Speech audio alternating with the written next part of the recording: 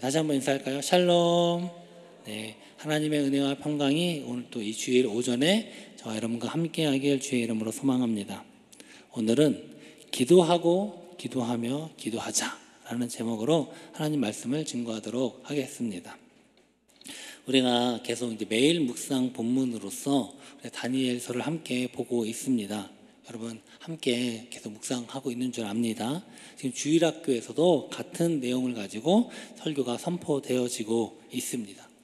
그래서 이 다니엘에 대해서 우리가 계속 이야기하고 있는데, 다니엘은 전쟁 포로 출신으로서 총리라고 하는 최고의 위치에 오른, 성경에서 두 인물이 있습니다만 요셉과 더불어 어떤 정치적으로는 가장 이제 성공한 사람이다라고 볼 수 있습니다. 근데 그가 그런 안 좋은 상황 가운데서 최고의 위치에 오른 것도 대단합니다만, 또 그가 또 특별한 점은요, 여러 왕에 걸쳐서 심지어는 왕조가 바뀌고 또 나라가 완전히 바뀌었음에도 불구하고 계속 그 정치권 안에서 그 최고의 위치에서 등용되었다는 것입니다. 그러니까 이런 건요 굉장히 드뭅니다만 다니엘이 바로 그런 인물이었습니다. 그러면 어떻게 다니엘이 그런 인물이 될 수 있었는가? 그 조국의 비참한 현실, 나라가 망해버린 그런 조국의 비참한 현실, 또 자신의 생명의 위협 앞에서 그가 어떠한 믿음의 행동을 보였는지를 한번 살펴보면서 주신 은혜를 나누기 원합니다.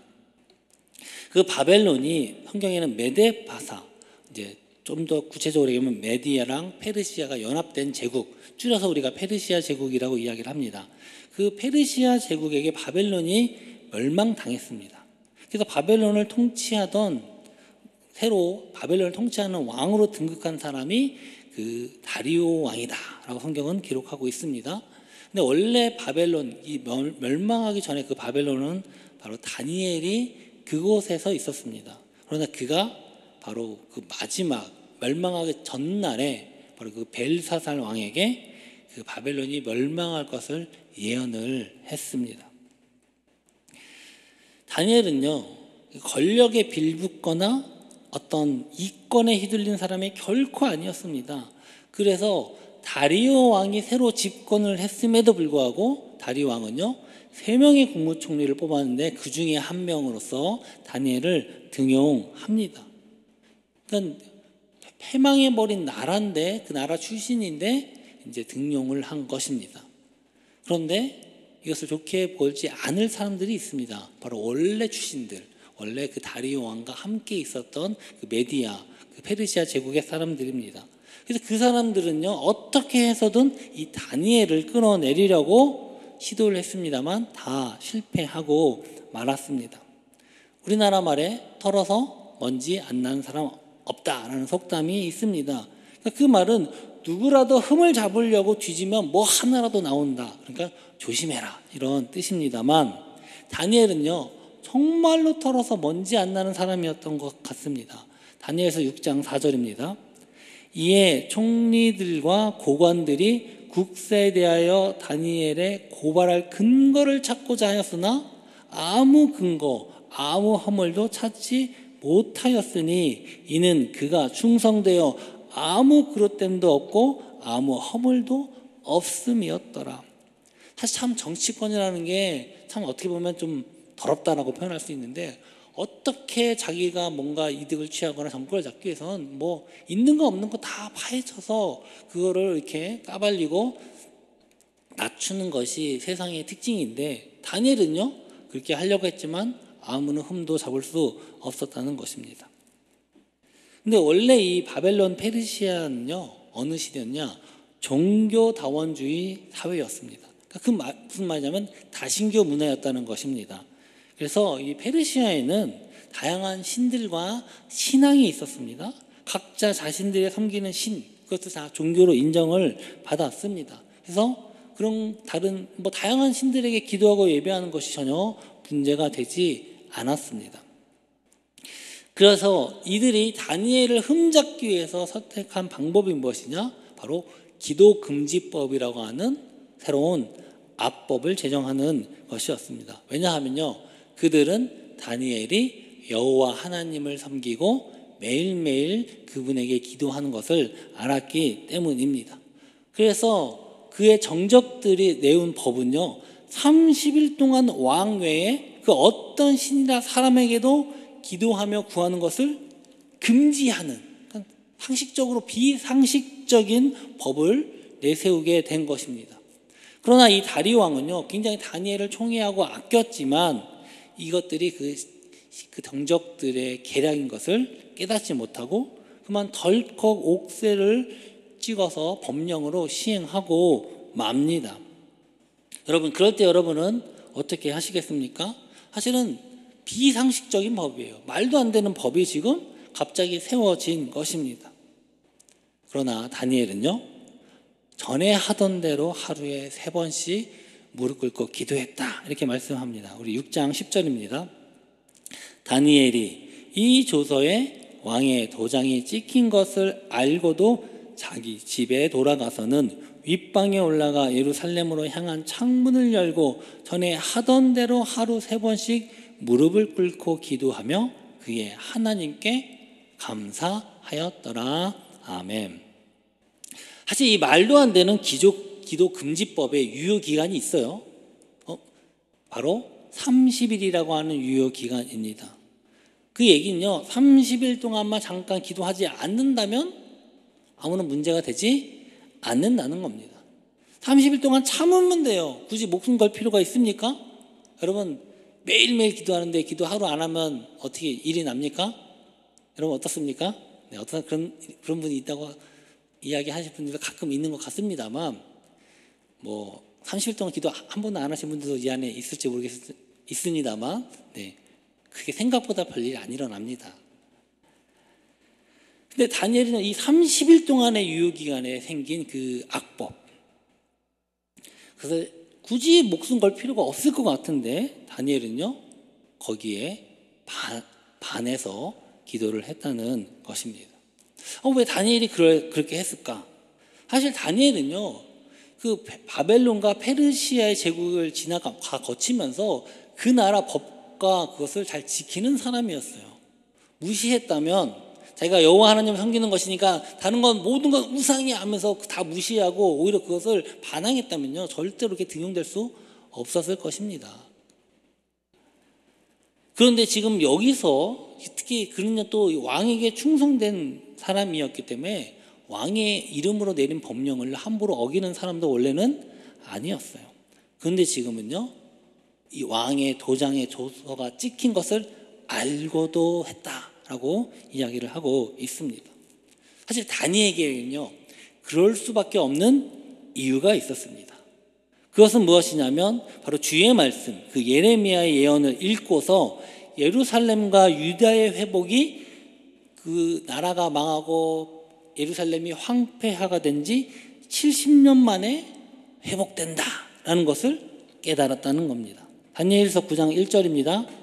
메대족 속 아하수에로의 아들 다리오가 갈대아 나라 왕으로 세움받던 첫 해에 곧 통치 원년에 나 다니엘이 책을 통하여 여호와께 말씀으로 선지자 예레미야에게 알려주신 그 연수를 깨달았나니 곧 예루살렘의 황폐함이 70년 만에 그치리라 하신 것이니라. 지금 나라가 완전 멸망해서 절망 가운데 상황이 있어요. 자기는 어떻게 해서든 그래도 정치인으로 등극됐지만 나라가 망했잖아요. 그런데 그 나라가 회복된다. 70년 만에. 근데 그것이 이제 얼마 안 남았다는 사실을 깨달았다는 겁니다. 그러니까 그 사실이 너무나도 감격하고 또 감사했습니다. 하나님께 기도하지 않을 수 있습니까? 없었다는 겁니다. 그래서 그가 마음을 정해서 하나님께 기도하기로 결단을 했어요. 서원을 했습니다. 9장 3절입니다. 내가 금식하며 베옷을 입고 죄를 덮어 쓰고 주 하나님께 기도하며 간구하기를 결심했다. 여기서 사실은 이렇게 베옷을 입고 죄를 쓰는 거는 장례식장 같이 통곡하고 애곡할 때 하는 것입니다만, 그것은 감사하면서 회개하기 위해서였습니다. 다니엘이 지금 이 순간만큼은 뭐 해야 된다? 기도해야 된다. 기도하지 않고서는 안 된다. 자기 목숨보다도 기도하는 것이 중요하다라고 생각을 했다는 것입니다. 이 놀라운 사실을 깨닫고 다니엘이 한 것이 이스라엘의 유다의 해방운동 이런 거 아닙니다. 지금 다니엘은요 유력한 정치인이에요. 가장 높은 총리 3명 중에 1명입니다. 또 자신들 따르는 유다 백성들을 귀합해서 뭔가를 만들 수도 있고 어떤 운동, 해방운동, 정치적인 세력을 만들 수도 있었지만 다니엘은 결코 그렇게 하지 않았어요. 그가 한 것은 무엇입니까? 기도라는 것입니다. 기도만 하면 되는가? 행동해야지 라고 주장하는 사람들을 가끔 봅니다. 이런 성향을 뭐라고 이야기하느냐? 행동주의라고 이야기를 합니다.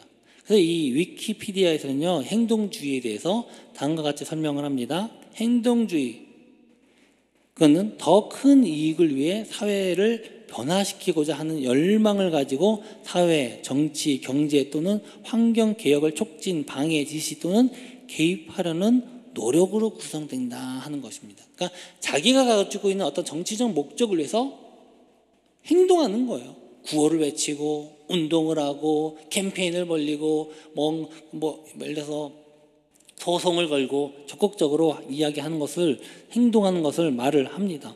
그래서 우리가 불매운동 그런 거 있잖아요. 보이콧 혹은 신문에다가 어떤 글을 기고를 하고 기자회견을 하고 단식 투쟁을 하고 이런 모든 행위가 바로 이런 저항활동을 포함한 모든 것들을 이야기를 합니다. 근데 이게 좀 극단적으로 가면 테러리즘으로도 갈 수 있습니다.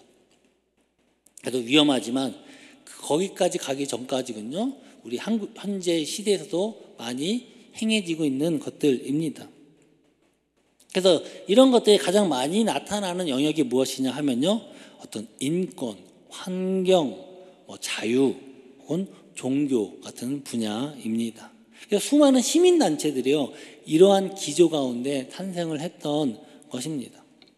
그래서 이제 믿는 자들도 어떤 좋은 선한 목적을 가지고 이런 시민단체라든가 어떤 운동단체에 이렇게 활동하는 것들이 참 많습니다. 그리고 아예 이런 것들을요, 기본적인 신학의 원리로 삼는 것도 있어요.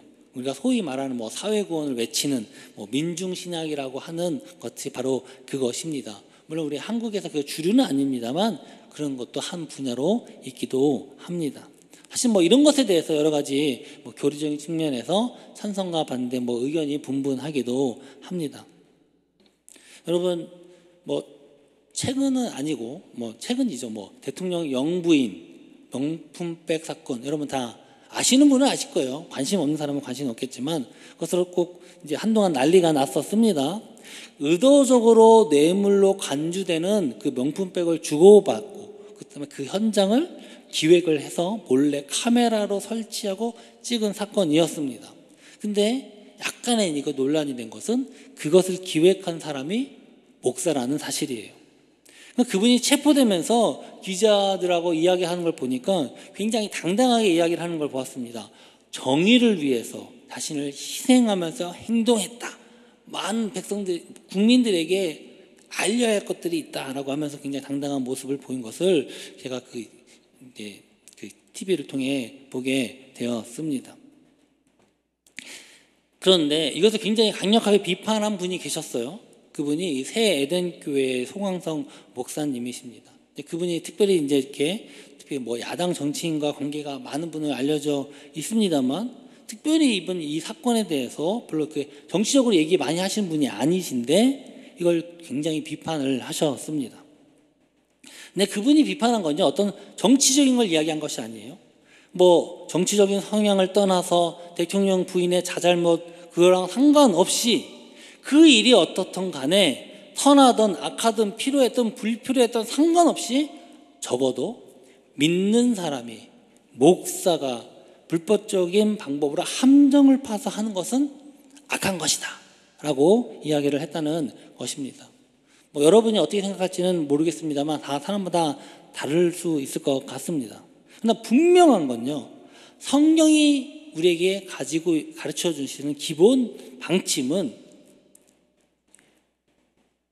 무조건 행동하는 것을 강요하지 않는다는 겁니다. 무조건 이것이 맞다고 하면 무조건 해야 된다라는 것을 강하게 주장하고 있지 않다는 겁니다. 우리 믿는 자들이 해야 될 것이 무엇이냐? 당연히 믿는 자가 옳은 일이라고 생각하면 행동해야지 라고 생각하는 사람도 있을지 모르겠지만요, 성경은 그렇게 얘기하고 있지 않아요. 그러면 우리에게 무엇을 이야기합니까? 무엇을 요구합니까? 그건요, 기도하라는 겁니다. 사람들이 기도하면 되냐고 반문하니나, 야, 그 기도만 하면 되냐? 뭔가 제가 이제 예전에 학생 때 기도만 하면 됩니까? 공부해야지. 그래 점수 잘 받죠. 안 그렇습니까? 여러분 어떻게 생각하십니까? 사랑하는 성도 여러분, 기도해야 됩니다.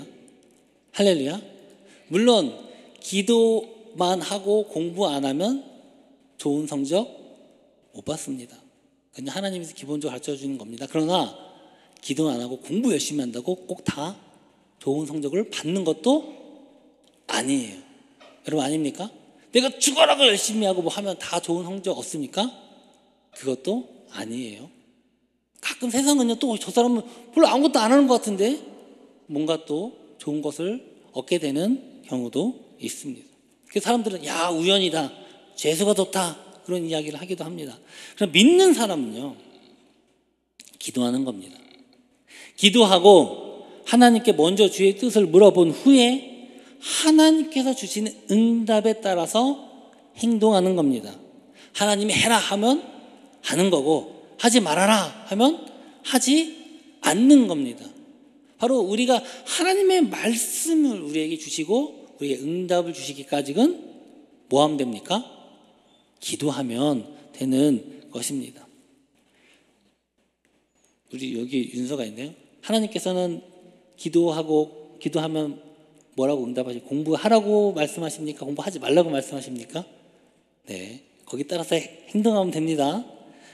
기도했는데 하나님께서 하시지 말라고 하면 안 하는 거예요. 응답이 없으면 기다리면 됩니다. 하나님이 응답이 없는데, 말씀하지 않는데 사람이 대략 짐작으로 먼저 하면 항상 성경에는요, 좋은 결과가 하나도 없었다는 것입니다. 하나님이 하지 말라고 하면 안 하면 돼요. 이게 안 한다고 될 일인가? 여러분 걱정하지 마십시오. 누가 하십니까? 하나님께서 하신다는 것입니다. 이 유다 백성들이 예레미야의 선지자의 예언대로 그 예루살렘이 황폐해지고 그 백성이 70년 만에 정말 말씀대로 포로에서 해방되고요, 예루살렘을 재건하기 위해서 그 예루살렘으로 돌아오게 됩니다. 에스라서 1장 1절입니다. 바사왕 고레스 원년에 여호와께서 예레미야의 입을 통하여 하신 말씀을 이루게 하시려고 바사왕 고레스의 마음을 감동시키매 그가 온 나라에 공포도 하고 조서도 내려 이르되, 바사왕 고레스는 말하노니 하늘의 하나님 여호와께서 세상 모든 나라를 내게 주셨고 나에게 명령하사 유다 예루살렘에 성전을 건축하라 하셨나니. 아멘.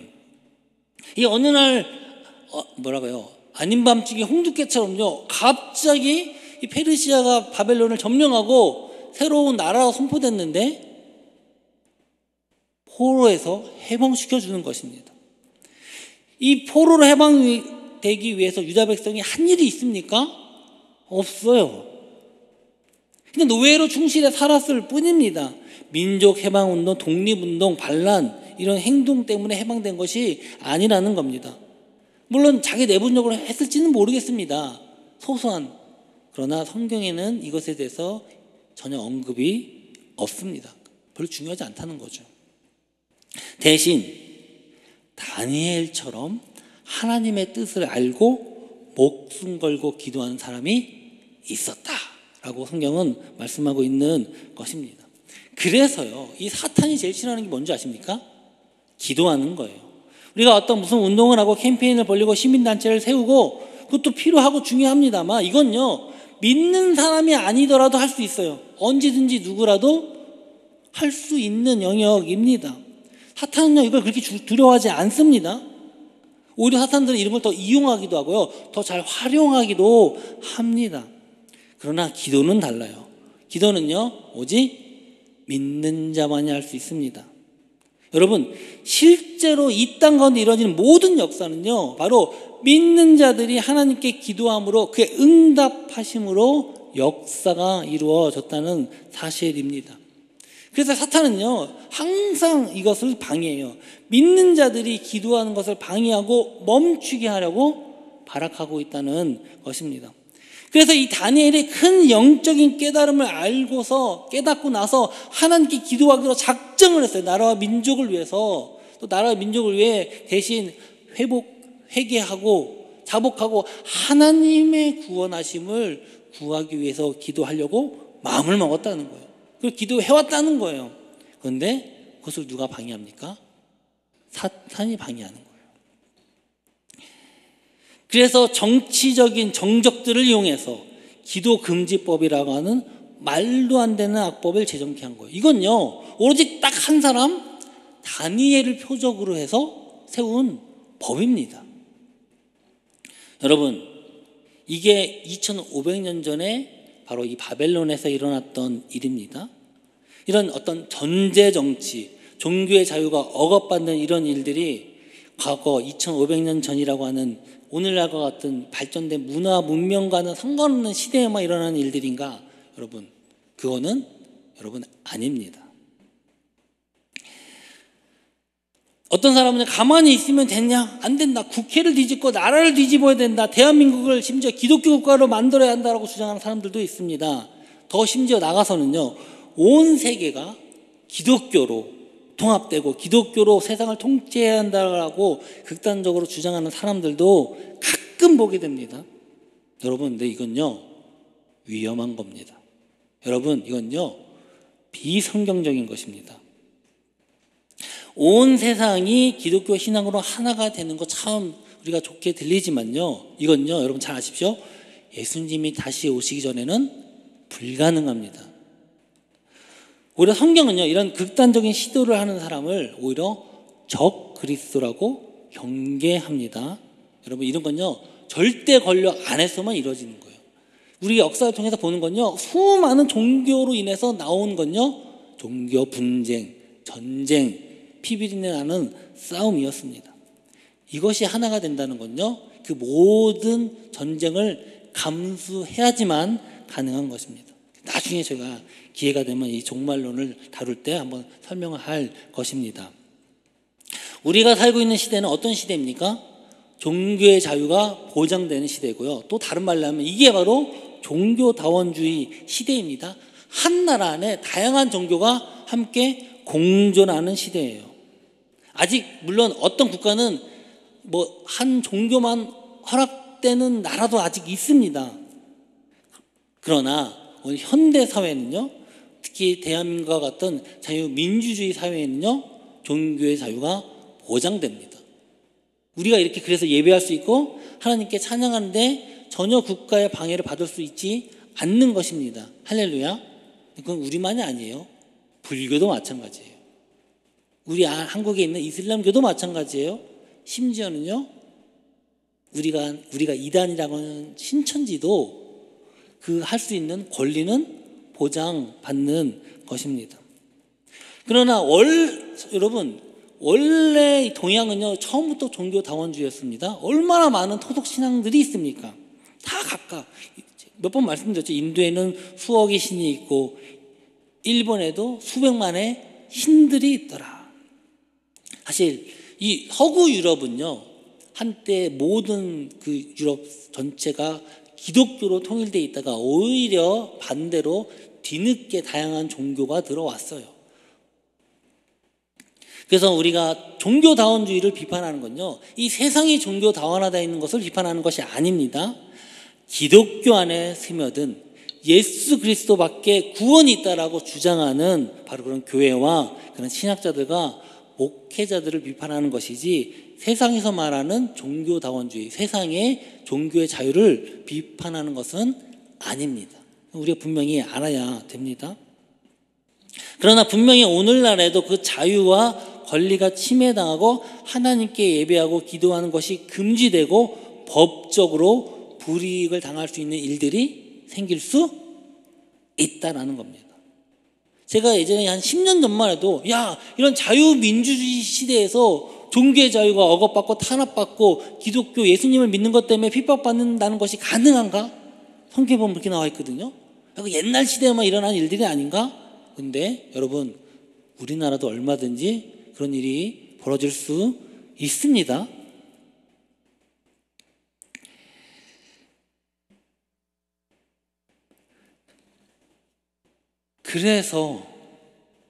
그래서 믿는 자가 이것에 대해서 대비해야 할 것이 있어요. 어떻게 대비합니까? 바로 기도하는 겁니다. 할렐루야. 누가복음 21장 36절입니다. 이러므로 너희는 장차 올 이 모든 일이 능히 피하고 인자 앞에 서도록 항상 기도하며 깨어 있으라 하시니라. 어떤 사람은 마지막 때가 되면 온 세상이 혼란스러우니까 자신만의 벙커를 파고서 준비하는 사람들이 있어요. 그런가 하면요, 앞으로도 뭐 제2의 코로나가 터질 수도 있습니다. 지금 북한이 핵을 쏘고 전쟁 난다, 혹은 뭐 북한식 공산 시스템이 그런 북한식 공산 시스템을 추종하는 뭐 극단주의들이 일어날 수 있죠. 전쟁이 나고 반란이 일어날 수도 있습니다. 또 정권을 잡고 교회의 자유를 없애고 교회를 폐쇄하는 일들이 앞으로 생기지 말라는 법은 없다는 겁니다. 그러면 그런 일이 벌어졌을 때 우리는 예배할 수 없습니까? 기도할 수 없습니까? 여러분, 기도해야 됩니다. 기도할 수 있습니다. 교회가 없어진다고 하면 기도 못합니까? 아니요. 교회가 없어도 기도할 수 있습니다. 성전이 없어도 여러분 예배 못합니까? 예배할 수 있습니다. 교회가 없어도 다른 장소, 카페에서, 가정에서, 골방에서라도 우리가 기도하고 예배할 수 있다는 것입니다. 그럼 또 그런 얘기하지. 야, 그걸로 되냐? 사람들이 들고 일어나서 봉기해야지, 대항하고 운동을 펼쳐야지, 무력으로 싸워서라도 그것을 이겨내야지. 물론 이것도 필요할 수 있습니다. 그러나 분명한 건요, 이스라엘뿐만 아니라 우리나라도요, 우리나라가 일본으로부터 독립한 게 우리나라가 독립운동이나 독립전쟁 때문에 이루어진 것이 아니라 미국이 참전하고 일본에 원폭 투하한 것 때문입니다. 물론 제가 이렇다고 독립운동 하신 분들에 대한 수고와 노력을 폄하하고 싶은 마음은 전혀 없습니다. 그러나 실제로는요, 이 고레스 왕을 통해서 하나님께서 유다의 포로를 해방시킨 것처럼 하나님께서 하신 것이라고 저는 믿습니다. 그건 우리가 구원받는 것도 마찬가지입니다. 우리가 구원받은 게 하나님의 사랑과 예수 그리스도의 십자가의 은혜로 구원받은 것이지, 우리가 어떤 행위를 하고 행동을 하고 선행을 해서 구원받은 것은 결코 아니라는 것입니다. 주께서 하시는 것입니다. 이게 복음이에요. 개인의 구원도, 사회 구원도, 나라의 구원도요, 이것은요, 궁극적으로 누가 하시는 겁니까? 하나님께서 하시는 것이에요. 사람이 운동을 하고 전쟁을 하고 캠페인을 벌여서 되는 것이 아니라 주께서 하시는 것이며, 우리가 주의 뜻을 위해 그것이 이루어지도록 기도하고 그 말씀에 따라서 순종하게 될 때 하나님께서 역사하신다는 것입니다. 그렇기 때문에 우리가 가장 먼저 해야 될 건 뭡니까? 기도해야 되는 것입니다. 기도 제목이 우리 말씀 제목이 뭡니까? 기도하고 기도하며 기도해야 된다. 그리고 우리가 하나님께 기도하고 그리고 우리가 예배에 힘쓰는 것입니다. 교회에서 못하면 교회에서 그 외의 장소에도 얼마든지 하면 되죠. 카페에서 하고, 카페에서 못하면 공터에서 하고, 공터에서 안 되면 가정에서 하고, 함께 모일 수 있으면 모일 만큼 기도를 하고 예배하는 것입니다. 다니엘은 결단한 대로, 그가 하나님께 기도하기로 마음 먹은 대로 사탄의 공격이나 세상의 모함에도 굴하지 않고 기도하고 예배하는 것을 멈추지 않았다는 것입니다. 그러니까 그가 한 건요, 기도한 것밖에 없어요. 기도하고 기도한 것밖에 없습니다. 그러나 하나님께서 다니엘의 기도를 들으시고 모든 역사를 이루셨습니다. 기도한 제목으로 다니엘은 그 죄 때문에 사자굴에 던져졌지만 몸 하나 상하지 않았고 오히려 그들의 정적들이 되려 사자굴에 던져서 심판을 당했습니다. 하나님이 지켜주신다는 것입니다.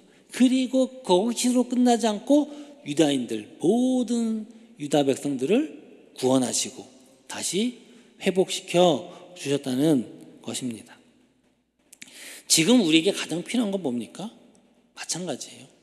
하나님께 기도하는 것, 모여서 예배하는 것입니다. 코로나 이후로 점점 예배에 참여하고 교회에 출석하는 사람들이 그래도 더디긴 하지만 점점 회복되어지고함을 느낍니다. 여러분, 제가 교회에서 이렇게 있으면요, 정말 요즘은요, 교회 전화가 종종 와요. 제가 그 교회에 한번 예배에 참석하고 싶은데 어떻게 가면 될까요? 제가 이번 주에만 해도 2-3통의 전화를 받았습니다. 할렐루야. 너무나 좋은 현상이 아닐 수 없습니다. 그러나 여러분, 이것으로 끝이 아닙니다. 이걸로 만족하면 안 됩니다. 우리가 진짜 대비해야 되는 건요, 지금 우리가 종교의 자유가 있다고 보장받는 이 시절이라고 생각하지만 앞으로 어떻게 변할지는 또 몰라요. 여러분, 그때는 여러분 어떻게 하시겠습니까? 다시 코로나와 같은 팬데믹이 발생해서 우리가 예배할 수 없을 때, 교회 나올 수 없을 때 여러분 어떻게 해야 됩니까? 사실 제가 이제 가끔 이제 뭐 학교에서나 우리 이제 목회하시는 분들 만나면 요즘은요, 큰 교회, 대형 교회들이 더 어렵다고 합니다. 더 회복이 잘 안 된대요. 코로나 이전보다. 근데 왜 그럴까? 많은 이제 연구가들이 원인을 냅니다만, 기본적으로 이제 우리의 신앙생활이요, 교회라는 건물로 한정되는 것은 이제 한계가 왔다라는 것입니다.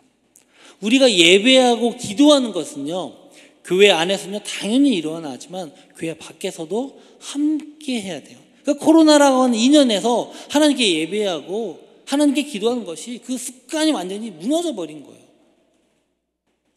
그러나 우리가 분명은 어떤 상황 가운데서도 하나님께서 우리를 부르실 때 우리가 하나님께 예배하고 기도할 수 있는 그 믿음과 능력이 필요하다는 것입니다. 여러분, 목사가 없으면 예배 못합니까? 찬양 사역자가 없으면 찬양 못합니까? 반주 사역자가 없으면 찬양 못합니까? 아니요, 할 수 있습니다. 할렐루야. 지금 교회 문 닫는 수가 점점 늘어나고 있다고 합니다. 근데 특별히 지금 교회가 어려운 게 뭐죠? 부교육자들이 없어요. 지금 난립니다. 부교육자 다 떠나고 있고요, 더 이상 사역 안 한다고 하고 그러고 있는 시대입니다. 이건 아무것도 아니에요. 또 제2의 팬데믹이 일어날 수 있다고 해서 지금 각 국가 지도자들이 모였다고 합니다. 이게 올해 1월에 난 기사인데요, 20배, 코로나보다 더 20배보다 강한 질병이 나올 수 있다. 이래서 지금 굉장히 이런 뭐 경계를 하고 있다라는 기사도 보았습니다. 그런가 하면 지금 계속 곧 진짜 기사만 보면 내일 당장 전쟁 나도 이상하지 않을 것 같아요. 막 계속 이런 좀 두려운 기사들이 계속 나오고 있습니다. 그 외에도 여러 가지 많은 어려움과 위험이 도사리고 있고요, 교회에 있어서 우리 교회가 이 세상에, 이 한국의 교회가 과연 존립될 수 있을까, 이런 많은 염려들이 있습니다만, 그럼에도 불구하고 우리가 할 수 있는 건 무엇밖에 없습니까? 여러분, 기도입니다. 우리의 기도와 예배입니다. 지금 우리가 예배할 수 있을 때, 기도할 수 있을 때 함께 모여 기도하고요, 정말 기도할 수 없을 때, 예배할 수 없을 때를 대비해서 기도할 수 있도록 해야 한다는 것입니다. 예배할 수 있도록 해야 한다는 것입니다. 그래서 우리가 뭘 하는 겁니까? 셀 모임 하는 겁니다. 할렐루야. 지금 앞으로 우리가 셀을 이렇게 진행할 겁니다. 네, 우리 전도사님, 우리 교역자들하고 모여서 계속 연구하고 있어요. 네, 이거는 스포니까 나중에 우리가 제대로 된 설명할 때가 있을 것입니다. 우리가 왜 계속 셀 모임을 강조하는가? 이 모든 양육의 기초는요, 셀 모임이 기초가 되기 때문에 그렇습니다. 하나님 말씀 읽고 묵상하고 깨닫고 함께 나누며 찬양하고 기도하고 예배하는 것이 가장 본질이에요. 1명, 2명만 모여도 함께 나눠서 예배할 수 있는 거, 그게 바로 셀 모임의 본질이라는 것입니다.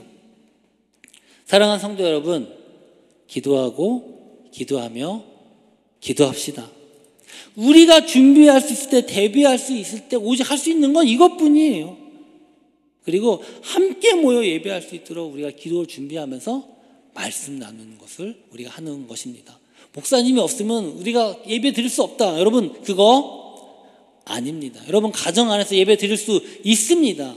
2-3 사람만 모여도 하나님께 예배할 수 있고 기도할 수 있습니다. 어떤 상황 가운데서 우리가 예배할 수 있는 훈련이 되기를 주의 이름으로 소망합니다.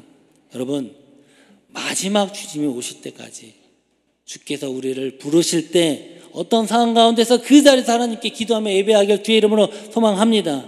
이 은혜와 복이 저와 여러분과 함께하길 주의 이름으로 축원합니다. 우리 함께 일어나서 우리 결단하기를 원합니다. 주님, 정말 우리가 언제나 깨어 있으며 기도하기 원합니다. 또한 우리가 어떤 상황 가운데서도 하나님께 예배하고 기도하길 우리가 바랍니다. 주님, 우리를 지켜주시고 인도하시고 이 신앙으로 지켜주시면 우리가 준비하게 하여 주시옵소서. 우리가 이렇게 결단하면서 우리 부르신 곳에서 우리 찬양하면서 봉헌하겠습니다.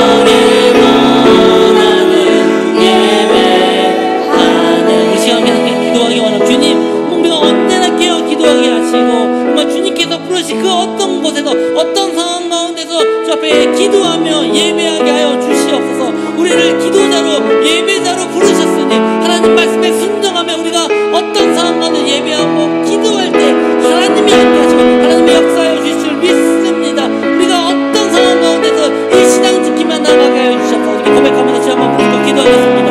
주여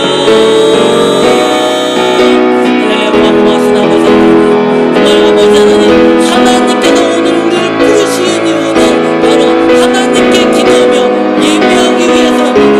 세상에 수많은 일들이 일어납니다. 많은 어려움과 고통과 고난이 있지만 그 안에서 하나님께서 우리에게 요구하시는 것은 단 하나입니다. 기도하는 것입니다. 우리 하나님께 기도하며 예배하며 나아갈 때 그 모든 것들 하나님의 역사하시고 일어 나아가실 줄 믿습니다. 아버지 이 믿음을 우리에게 허락하여 주시옵소서. 우리 육신의 어려움이 있습니다. 우리 세상에 많은 어려움이 있습니다.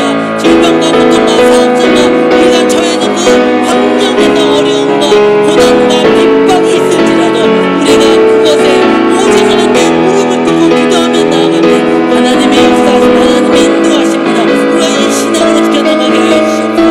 오늘도 주 앞에 부르짖는 주님의 자녀들의 이 기도의 소리를 들으시고 응답하여 주시옵소서.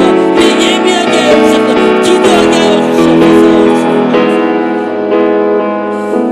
주님, 앞으로 우리가 살고 있는 시대는 어떤 시대가 될지 우리는 아무도 예측할 수 없습니다. 알 수 없습니다. 그러나 그럼에도 불구하고 우리가 하나님께 드려지는 이 예배와 기도가 멈추지 않기를 원합니다. 우리 이 믿음을 지키게 하시고 어떤 상황과 형편 가운데서 하나님께 예배하며 기도하게 하여 주시옵소서. 다니엘이 마음 정하고 그 목숨의 위협 가운데서 기도했던 것처럼 주님, 우리가 오늘 주 앞에 나와 기도합니다. 주 앞에 무릎을 꿇습니다. 우리의 기도를 들으시고 우리 예배를 기뻐 받아주시며 우리를 인도하시고 함께 하여 주시옵소서. 우리 동학교회 하나님 지켜주실 줄 믿습니다. 우리의 가정을 지켜주실 줄 믿습니다. 주님, 오늘도 기도하는 주님의 자녀들의 각 그 소리 그 기도에 간구하는 그 목소리 외면하지 마시고 기도를 들으시고 응답하여 주시옵소서. 인도하여 주시옵소서. 반드시 주님께서 응답하여 주실 줄 믿습니다. 주님께서 주신 은혜가 너무나도 감사해요. 주 앞에 예물을 드립니다. 11조, 주정헌금, 감사헌금, 건축헌금, 선교헌금, 구제헌금, 그의 모든 드려진 예물 주님 아시죠? 주님께서 우리의 마음을 보시고 기뻐 받아 주시옵소서. 또한 우리가 드리고 싶어도 드리지 못한 손길이 있다면 그 마음 주님 아시죠? 주님께서 더 큰 은혜와 복을 내려주시고 다음엔 더 큰 것으로 기쁨으로 주께 드려지게 하여 주시옵소서. 지금은 우리 주 예수 그리스도의 은혜와 하나님의 사랑과 성령의 교통하심이 언제 어디서나 주께서 부르실 때 우리가 주 앞에 무릎 꿇고 기도하며 예배하며 주님 다시 오실 때까지 이 믿음 지키기로 결단하는 이곳에 예배하는 모든 성도들과 영상으로 참여하는 모든 이들 가운데 지금으로부터 영원히 함께 있을지어다.